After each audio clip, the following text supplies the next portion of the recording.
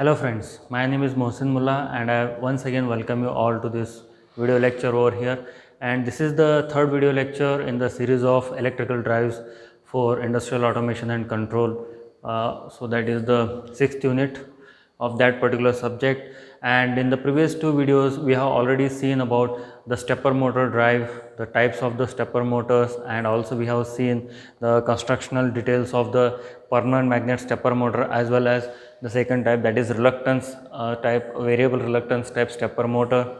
Okay, so now in the working of both of the types of stepper motors, we had seen that we need to switch on and switch off various switches which will be continuously, we can say, connecting the energizing circuits for the stator poles here. So whatever windings are placed, suppose here if this particular pole is considered, then here a winding is placed on top of that, and because of that winding itself, it is going to be acting as a magnet. Okay, so depending upon the direction of the current flowing here, it will be acting as either north pole or south pole, but we need to keep any one pole on at a time, and the second pole is also wound with the similar type of coil, likewise the third pole also, and these will be connected in series.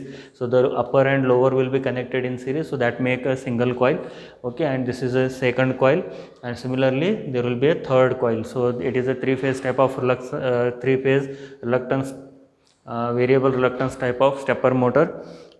So now here basically what we need to do is we need to provide a switching circuit which will directly give the excitation voltage to coils whenever we want to give it, and it should be also turned off whenever we want it to be turned off. So therefore there requires a switching circuit. So now in this particular video lecture I am going to explain about the working of one such switching circuit, which is as shown in the figure over here. Now this particular switching circuit is made up of with the help of a solid state device, because when the solid state devices have been invented, so from that time onwards it has been used continuously in various type of switching operations.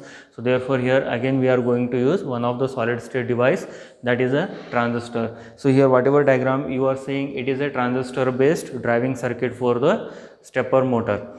So now what exactly it consists of is basically a transistor connected in series with the coil. So this represents one coil, so this is connected in series. So whenever I am saying it is connected in the series, so here I'll just remove it and I'll just try to show you the position of the transistor over here. So there will be a path connected here. So now the transistor will be located, so roughly I am going to show, it is not the exact the circuit diagram here. This is the transistor, and from here the positive will be connected, and from the lower side the other end will be connected. From the other side of the this coil, other end is connected here, from other side the circuit will be completed. Now whenever transistor is connected, so transistor will be turned on whenever we give a base pulse here. Now before actually we give the signal to the base terminal of the transistor, so we need to understand that the transistor can be operated in amplification mode or saturated mode. So now basically when we want to turn on the transistor, so it has to be operated in the saturated mode. Okay, so operating region of the transistor should be in the saturation region, then only it will act as a switching element. Otherwise the transistor will be usually used for amplification purpose also. So now right now it is used for switching purpose only. So now here you can see the coil as well as the resistance of the coil, and here there is a freewheeling diode connected across the coil. Now what is the role of this freewheeling diode? Suppose the current flowing in the coil falls to 0 suddenly. Now what will happen? Because of the presence of inductance, whenever there is a sudden change in the current flowing through the inductor, we know that there will be a huge amount of EMF induced in the inductor. Induced EMF needs to be dissipated, otherwise it may cause damage to the circuit here. So therefore to dissipate the induced EMF, to make it 0, so there has to be a path provided for the current flowing from that inductor back to the same circuit here. So therefore freewheeling diode will be usually helpful in carrying that induced EMF current due to the induced EMF here. So it will be taking from the inductor from this side and it will be coming back from this side, and like that it will dissipate the entire energy stored by the inductor. Okay, so now let us try to understand the working here. So suppose we are applying a pulse, okay, rectangular pulse like this to the base terminal of the transistor, which is now the transistor is already in the saturated mode that I have told. So whenever base pulse is applied, it is going to turn on. So you need to understand that, and it will directly transfer the whatever applied voltage to the coil. So therefore now base pulse, this rectangular pulse is applied to the base terminal, okay, which is here. This is the base terminal, and this side is collector and this side is emitter. So and when base this rectangular pulse is applied to the base terminal, so because of the presence of inductance of the coil, so the current flowing through the inductor would not directly go to the steady state. It will take its own time, because the property of inductor is what? It will always try to resist the change in current. So when the current is trying to change from 0 to higher value, the inductor is going to oppose for that. Therefore the current that will be increasing in the inductor is not in the same way, but it is going to increase in this way, okay. So and after certain time period, it is going to reach to the 95%, and later only it is going to reach to the steady state, and there onwards it will stay for that steady state value. And when the that current signal falls to 0, okay, so when it starts becoming negative, again it does not become 0 immediately, and the freewheeling diode will help to dissipate that amount of stored energy, and the current will become 0 slowly in this way. So here you can see the change in the current value from 0 to maximum steady state value, and then back to 0 in this way.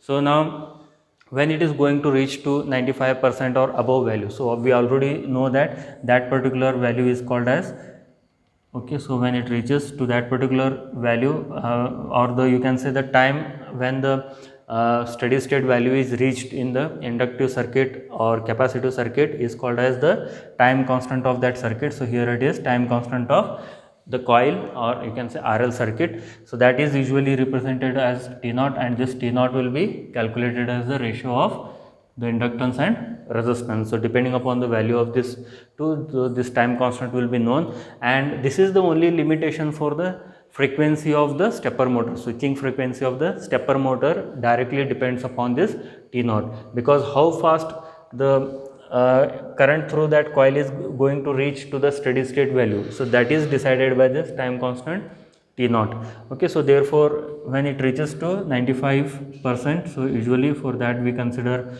the time constant.